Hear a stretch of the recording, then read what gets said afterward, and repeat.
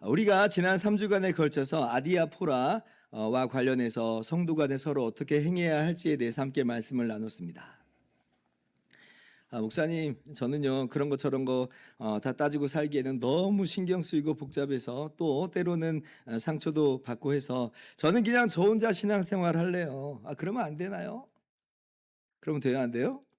그러면 안 되는 거예요. 왜 안 되는가? 라고 할 때 그것은 교회의 본질에 걸맞지 않기 때문에 그렇습니다. 예수님께서 우리를 구원하셨을 때는 동시에 그것은 그리스도의 몸이 되게 하신 것이죠. 그래서 교회는 머리이신 예수님의 몸이고 우리 서로는 그 한 몸에 지체 드린 것이에요.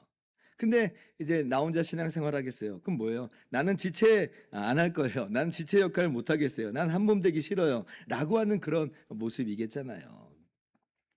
그리고 또 그렇게 한 몸 하기 싫다고 해서 그렇게 또 한 몸 안 되게 되는 것도 아닙니다. 이건 그냥 필수예요. 이건 그냥 되는 거예요. 고린도전서 12장 14절 이하 그래서 이렇게 말씀하시죠. 몸은 한 지체뿐만 아니요 여럿이니 15절 같이요.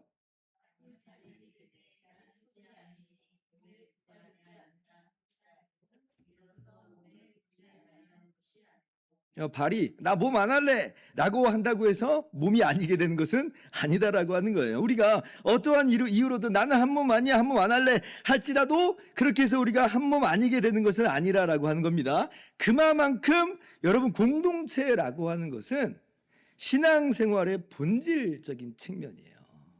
이건 무슨 취사 선택이나 옵션에 관련된 문제가 전혀 아닌 겁니다.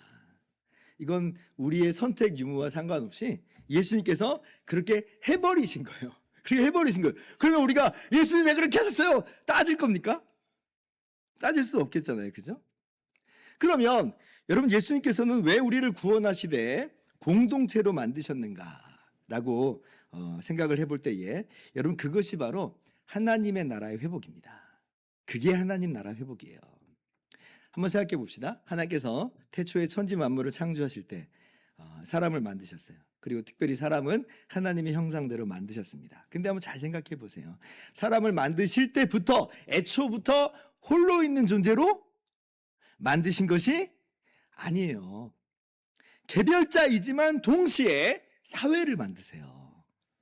좀 쉽게 말씀드리자면 아담만 만드신 것이 아니라 아담과 동질이나 그러나 아담과는 구별된 하와를 만드셔서 사회를 이루세요. 사회를. 공동체를 이루시는 거예요. 그래서 이제 하와를 아담에게로 이끄셔서 한 몸을 이루게 하시잖아요. 그게 뭐냐면 하나님께서 처음부터 가정을 이룬 것이면서 어떤 의미에서는 사회를 이루신 거죠. 최초의 공동체, 최초의 사회를 이루신 겁니다. 그래서 사람이 혼자 있는 것은 그것은 하나님의 원래부터 계획하신 바가 아니요. 그것은 에덴 동산의 모습이 아닙니다. 우리 알아야 돼요. 사람이 혼자 있는 건 에덴 동산의 모습이 아니라 그건 사실 범죄 이후의 모습이에요. 어떻게 보면 그게 극단적으로 C.S. 루이스의 그런 표현을 따라서 그게 지옥의 모습입니다. 혼자 있는 것은 구원받은 사람들의 마땅한 모습이 아니라는 거예요. 하나님은 처음부터 공동체를 세우기를 원하셨습니다. 사람이 혼자 사는 것이 좋지 아니하니 내가 그를 위하여 돕는 배필을 지으리라. 그래서 그 말씀은 1차적으로 가정과 부부 사이에 적용하는 말씀이기도 하지만 나아가서 공동체 안에서 서로 적용하는 그런 의미가 있는 거예요. 우리가 서로에게 돕는 자들이라는 거예요. 서로에게 돕는 자들이다. 그렇게 우리가 서로 사랑하면서 사랑과 선행을 격려하는 것이 바로 우리들의 모습이요. 그게 바로 하나님의 나라 천국이요 에덴 동산의 모습이다라고 하는 거예요. 그런데 어떻게 됐어요? 아담이 하와가 범죄하고 타락하는 것으로 말미암아 이 공동체가 깨져버린 거예요. 천국이 깨져버린 겁니다. 내 뼈 중에 뼈요 내 살 중에 살이라 노래했던 아담이 범죄한 이후로는 하와를 두고서 뭐라 그래요? 하나님께서 주셔서 함께 있게 한 이 여자 때문에 내가 범죄한 겁니다. 라고 이제 핑계를 대고 책임을 전가시키죠. 하나님이 주시지 않았다면, 하나님이 함께 있게 하시지 않았다면 내가 죄짓지 않았을 거라고요. 나 혼자 있었으면 이런 일 없었을 거라고요. 하면서 하나님께 책임을 전가하면서 그리고 사람과 사람 사이에는 이 관계가 다 깨져버린 겁니다. 우리 모습 보는 것 같지 않아요? 우리가 신앙생활을 할 때 그러잖아요. 나 혼자 마음 편하게 신앙생활하면 나 죄 짓는 일 안 할 텐데. 그런데 공동체로 모이라고 하니까 그게 막 불편하고 막 비교하고 판단하고 그렇게 죄 짓고, 아우 나 이렇게 죄 짓어서 내가 이렇게 안 한다고 그랬잖아요 하면서 막 공동체를 이루신 하나님께 책임을 막 전가하려고 합니다. 이게 꼭 누구의 모습을 닮은 거냐면 아담의 모습을 딱 닮은 모습이에요. 아무튼 하와에게도 내린 형벌 한번 보세요. 너는 남편을 원하고 남편은 너를 다스릴 것이니라 하는 것으로 피차 관계가 이제 돕는 관계로서가 아니라 소유 관계요, 지배 관계요, 경쟁 관계로 전락하게 돼버린 것이에요. 그러니까 에덴 동산이 붕괴된 거죠. 그러니까 에덴 동산의 붕괴라고 하는 건 개인적 차원의 범죄로 말미암아 하나님과의 관계가 깨진 게 분명히 본질이에요. 있어요. 그런데 그와 더불어서 하나님께서 세우신 복된 사회, 복된 공동체가 또 붕괴된 것도 함께 아울러 의미하고 있는 것입니다. 자, 그러면 예수 그리스도의 십자가 대속으로 말미암아 우리를 구원하신다라고 할 때 당연히 거기에 뭐가 들어가 있겠어요? 개인적 차원에서의 하나님과의 관계 회복이 있죠. 하나님 앞에서 우리가 의롭다함을 얻어서 하나님의 자녀가 되는 그러한 내용이 분명히 있어요. 본질이에요. 근데 거기에 또 뭐가 들어가 있어요? 필연적으로 하나님이 세우신 공동체 회복이 들어가 있어요. 그렇게 회복하신 것이 그리스도의 몸인 거예요. 그렇게 회복하신 것이 바로 다른 말로는 교회인 겁니다. 물론 아직 이 땅에서는 우리의 죄와 연약함이, 아직 죄성이 우리 가운데 찌꺼기처럼 남아있기 때문에 하나님께서 세우신 이 복된 공동체인 그리스도의 몸인 교회도 연약함을 가지고 있죠. 때로는 서로 도움이 되기도 하지만 때로는 서로 갈등도 있는 그런 모양으로 우리가 아직은 있습니다. 그러나 그렇다고 해서 공동체를 내버릴 것은 아닌 거예요. 왜냐하면 이건 본질이기 때문에.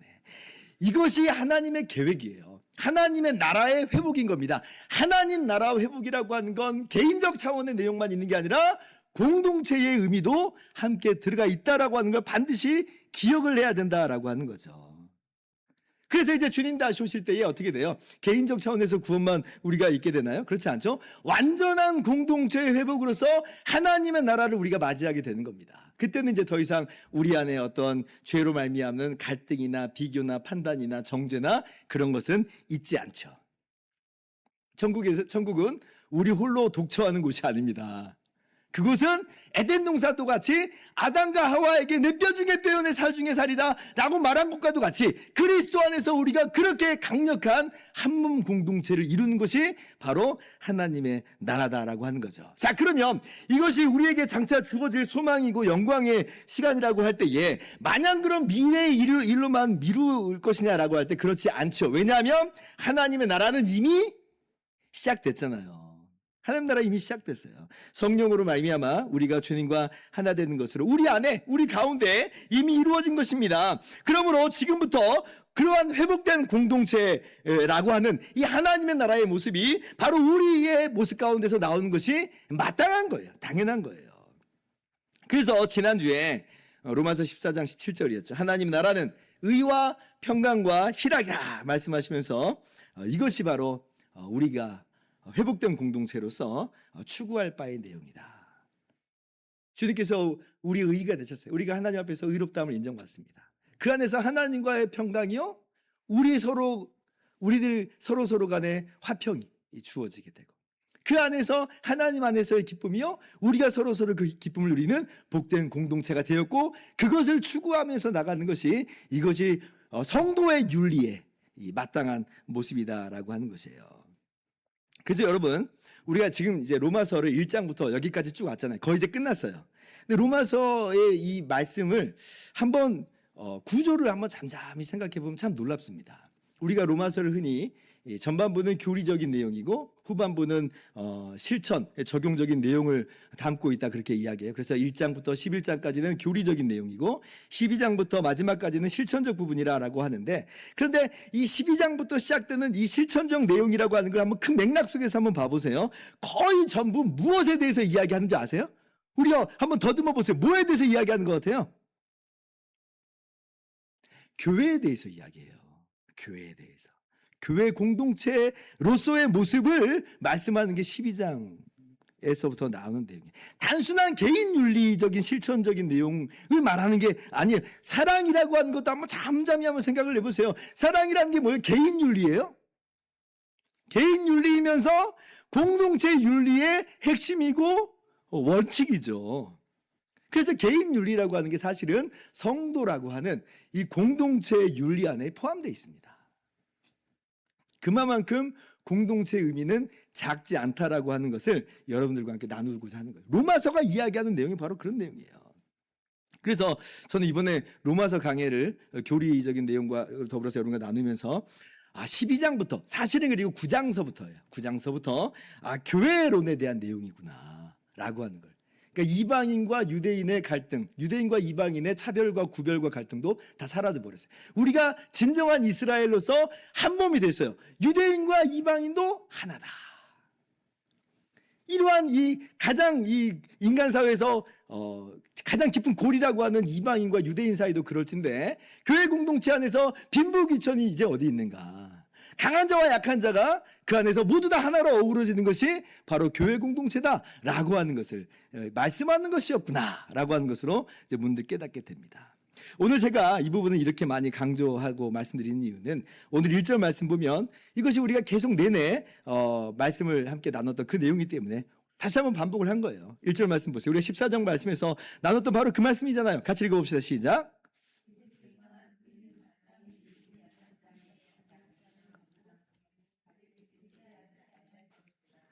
세상에서는 강한 자와 약한 자를 나눠가지고 그 안에서 누가 우월하냐 누가 열등하냐 비교하고 그렇게 우쭐하고 어떤 열등감에 사로잡혀 있는데 근데 우리 교회 공동체는 그런 공동체가 아니라고 하는 거예요. 이거 아디아포라의 내용에서 계속 나눴던 내용입니다. 14장 1절 보세요.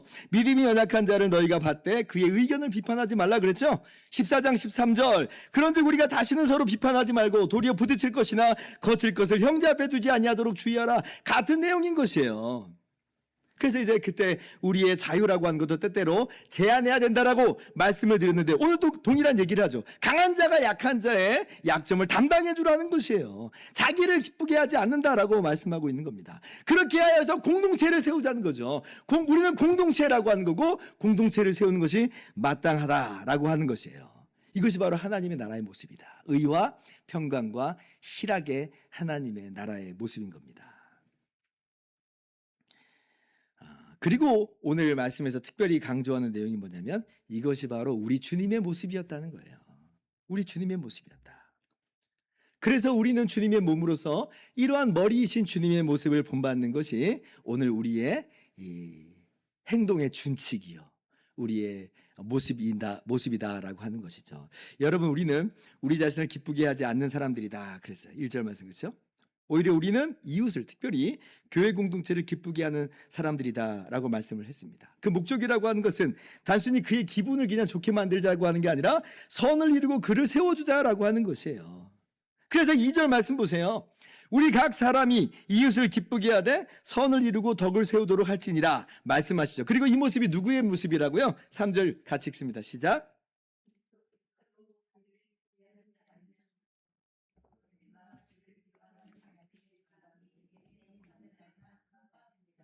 그리스도께서도 자기를 기쁘게 하지 아니하셨나니 그렇게 해서 주님의 몸인 교회를 세우신 거예요. 그러면 주님의 몸인 교회는 머리이신 주님을 닮기 마련이죠. 그렇게 해서 함께 그렇게 한 몸을 세우는 것이 너무나도 자연스러운 일이라고 하는 겁니다. 주님께서 자기를 기쁘게 하지 않으시는 것으로 교회 공동체를 만드셨어요. 하나님 나라를 회복시키셨어요.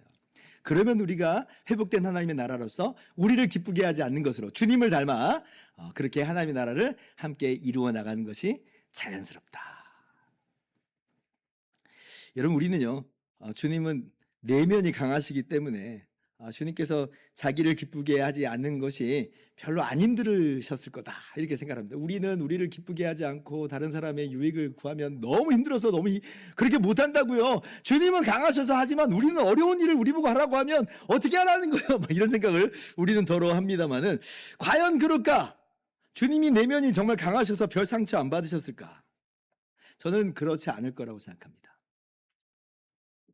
우리 주님의 육체가 우리의 육체와 동일하기 때문에 쉽게 살이 찢어지고 쉽게 피가 흘려지는 것이었다면 동일한 인간으로서의 주님의 마음이라고 하는 것도 육체의 상처와도 같이 쉽게 상처 입으시고 아프실 거라 저는 확신합니다. 주님은 별다른 인간으로 오신 게 아니거든요. 우리와 정말 똑같은 사람으로 오셨어요. 물론 주님께서는 우리와 달리 죄는 없으시지만 우리의 몸과 영혼, 인간으로서는 완전히 동일하다라고 하는 거죠. 그래서 주님께서 나사로의 죽음 앞에서 때때로 우시기도 하셨죠. 또 거룩한 분노로서 분노하시는 일도 있었어요. 그 말은 뭐냐면 우리하고 완전히 똑같은 성정이라는 것이에요. 그렇다면 바리새인들과 사두개인들이 같이 주님을 대적한 사람들의 이 모욕과 조롱과 비방이 주님께 전혀 아무런 영향을 미치지 않았을 것인가? 주님의 마음은 너무나 강해가지고 허허허허라고 하시는 것일까? 아니라 하는 거죠. 저는 주님께서 진짜 억울한 마음일 거라고 생각합니다. 정말 억울하셨을 거라고 생각해요. 왜냐하면 동일한 인간이시니까. 그러나 주님께서는 그 모든 모욕과 모함과 비방과 조롱까지도 기꺼이 감수하시더라는 거예요. 그러니까 예수님의 단순한 표면적 이 감정으로서의 기쁨에만 입각했다면 감수하시지 않으실 그런 것들일 텐데, 그러나 주님께서는 기꺼이 그 아픔을 감수하시더라는 거죠. 왜 그런가? 라고 할 때 그렇게 하셔서 주님께서는 우리를 구원하시고자 라고 하신 거예요. 그리고 그렇게 해서 아버지의 뜻에 순종하는 것이고, 그리고 그렇게 해서 당장은 정말 그 마음에 깊은 상처로 주어지겠지만, 그러나 구원받은 이 하나님의 나라, 이 공동체를 바라볼 때에 진정한 내면의 기쁨이 그 가운데 주님 안에 있으시기 때문에 주님은 당장에 그러한 이 자신의 기쁨을 그래 구하시지 않는다라고 하는 거예요. 그래서 우리 주님께서 십자가를 앞에 두고 주님의 그 기도를 한번 잠잠히 생각해 보면 얼마나 주님이 힘들으셨는지를 잘 알 수 있죠. 겟세마네 동산에서 주님이 정말 죽을 정도로 힘들어 하십니다. 그러면서 하나님 아버지께 이렇게 기도를 해요. 마태복음 26장 39절. 내 아버지여, 만일 할 만하시거든 이 잔을 내게서 지나가게 하옵소서 기도하십니다. 무려 3번씩이나 반복해서 기도해요. 이것은 물론 십자가라고 하는 이 하나님의 진노의 잔이 이 영혼의 형벌이기 때문에, 범죄한 인간에게 주어진 하나님의 공의의 심판이기 때문에 주님의 고통이 이렇게 극심했다라고 하는 걸 우리가 너무나 잘 알고 있습니다. 그러나 이것이 영적인 고통으로서만 주어지는 것만 아니잖아요. 주님의 육체적인 고통도 있는 것이고, 그리고 결국은 저 사람도 죄인이었던 거야. 그러니까 나무에 달렸지 라고 하는 사람들의 오해와 사람들의 그런 조롱과 모욕, 그 모든 심적인 고통까지 함께 받으신 것이 바로 십자가의 고통이에요. 왜? 나무에 달린 자는 하나님께 저주를 받은 자다 했는데 나무에 달렸거든요. 그러면 아무것도 모르는 사람들은 뭐라고 생각하기 쉽냐면 저주받은 거네 라고 이야기할 수밖에 없어요. 우리 주님은 그러신 게 아닌데 우리의 저주를 대신 담당하는 건데 정말 저주받은 죄인으로서 십자가에 죽으십니다. 아무것도 모르는 사람들은 예수님을 그렇게 취급하고 말 것이에요. 이러한 오해가, 그러한 모욕과 조롱이, 네가 만약 하나님이거든 내려와봐라 조롱하는 그 조롱이 그 마음에 결코 상처와 저 아픔이 안 됐을 거라고요? 그런 사람이 아니죠. 주님은 우리와 똑같은 사람이시라는 거예요. 그러나 주님은 그러한 고통을 감수하시는 겁니다. 자신을 기쁘시게 하지 않으세요. 그래서 기도하시기는 나의 원대로 마시옵고 아버지의 원대로 하시옵소서. 영혼의 모든 하나님의 진노의 잔이라고 하는 고통도, 마음의 고통도, 육체의 고통도 다 받겠습니다. 기쁘게 하나님 아버지의 뜻에 순종하시고 그렇게 아버지 뜻에 순종하시는 것으로 우리를 구원하시기를 궁극적으로는 원하시고 기뻐하시는 그 주님의 모습을 봅니다. 주님이 뭘 선택하셨는가 보세요. 당장의 기쁨을 선택한 게 아니라 아버지의 기쁨의 뜻을 선택하고 우리의 구원을 선택하고 하나님 나라라고 하는 그 회복을 선택을 하신 것이에요. 여러분, 주님께서 죄인을 대신하신다라고 하는 측면에 이 십자가 희생이라고 하는 건 그 누구도 모방할 수 없는 겁니다. 이거는 무슨 반복될 수 있는 그런 게 아닌 거죠. 그러나 주님의 십자가는 어떠한 내용도 함께 담고 있냐면 대속적 측면도 분명히 담고 있고 그리고 그와 더불어서 모범의 측면도 함께 우리 가운데 담아내고 있어요. 모범의 의미도 있다. 우리 보고 그 길을 따라가라는 거죠. 주님께서 자기를 기쁘게 하시지 않은 것처럼 우리도 우리의 기쁨을 구하는 것이 아니라 주님의 기쁨을 구하고 하나님의 나라를 구하는 겁니다. 그걸 선택하는 거예요. 너희도 그렇게 서로 받으라 말씀하셨잖아요. 너희도 서로 그렇게 받으라. 5절 이제 인내와 위로의 하나님이 너희로 그리스도 예수를 본받아 서로 뜻이 같게 하여 주사. 6절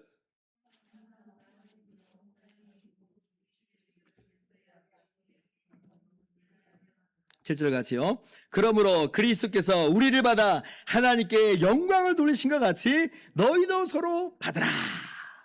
그리스도께서 우리를 받아 하나님께 영광을 돌리신 것 같이 너희도 서로 받으라. 주님을 본받으라. 주님의 모범을 따르라 라고 하는 거예요. 그래서 빌립보서 2장 5절 우리가 너무나 잘 알고 있는 말씀 뭐라고 말해요? 너희 안에 이 마음을 품으라. 곧 그리스도 예수의 마음이니. 우리 보고 십자가 희생을 하라는 건 아니에요. 대속의 희생을 하라는 건 아니지만 십자가 모범을 따라가라는 거죠. 여러분, 예수님께서 그럼 과연 어떠한 우리를 받으신 거예요? 어떠한 우리를 받았어요? 아주 강한, 아주 훌륭한, 탁월한 우리를 받으셨습니까? 선별해서 그래서 받으셨습니까? 그렇지 않잖아요. 나 어떤 사람이에요? 하나님 앞에 죄인이요. 하나님과 원수된 우리입니다. 얼마나 완고하고 고집불통인 우리인지 몰라요. 세상적인 관점으로 본다면 전혀 한편 한 몸 되기 싫어하는 존재가 바로 우리들의 죄된 모습이고 우리 연약한 모습이죠. 얼마나 무수히 반복하면서 죄의 연약함 가운데 미끄러지고 굴러떨어지는 우리인지 몰라요. 그런데 우리 주님께서는 그러한 우리를 포기하지 않고 끝까지 받아줍니다. 십자가 그 고통을 감수하시면서 받으셔요. 모든 육체의 고통, 모든 심적인 고통, 모든 영적인 고통도 다 마다하시지 않고 우리를 위해서 기쁘게 기꺼이 받으시면서 그렇게 우리를 살리시고 마침내는 하나님의 나라를 그렇게 공동체를 주께서 세우셨습니다. 주님께서 장차의 궁극적인 기쁨을 위해서 지금 눈앞에 있는 기쁨은 기꺼이 내려놓으셨다라고 하는 걸 우리가 마음 가운데 새기면 좋겠어요. 당장의 표면적인 기쁨, 눈앞에 있는 기쁨을 쫓아가지 말자라고 하는 거예요. 히브리서 12장 2절 믿음의 주여 온전하게 하시는 이인 예수를 바라보자. 그는 그 앞에 있는 기쁨을 위하여 십자가를 참으사 부끄러움을 개의치 아니하시더니 하나님 보좌 우편에 앉으셨느니라. 3절 같이 읽습니다.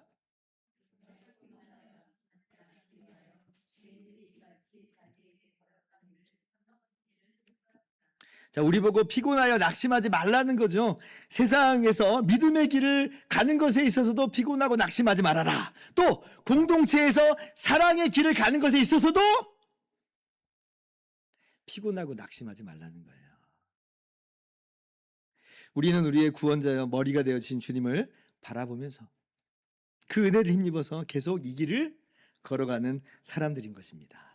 주님께서 우리를 구원하시되 주님의 몸인 하나님의 나라로서 구원하여 주신 것이다. 머리이신 주님의 몸이 되었으니 머리이신 주님을 본받읍시다. 머리로부터 모든 힘과 능력이 공급되니 머리를 붙들을 때 우리가 능히 그렇게 살아갈 수 있는 것이에요. 주님께서 자기를 기쁘게 하지 않으시고 우리를 구원하시는 그 놀라운 그 희생과 사랑을 하신 것처럼 우리도 그렇게 서로 받기를 소망합니다. 강한 자가 약한 자를 보듬어주고 이해해주고 용납해주면서 그렇게 함께 하나님의 나라를 이루어가는 것으로 하나님을 영화롭게 하는 우리 모두가 될 수 있기를 바랍니다. 그리고 마침내 주님 다시 오실 때에 이 모든 것이 완성되어 나타날 것이에요. 13절 말씀 같이 읽습니다. 시작. 소망의 하나님이 모든 기쁨과 평강을 믿음 안에서 너희에게 충만하게 하사 성령의 능력으로 소망이 넘치게 하시기를 원하노라. 아멘.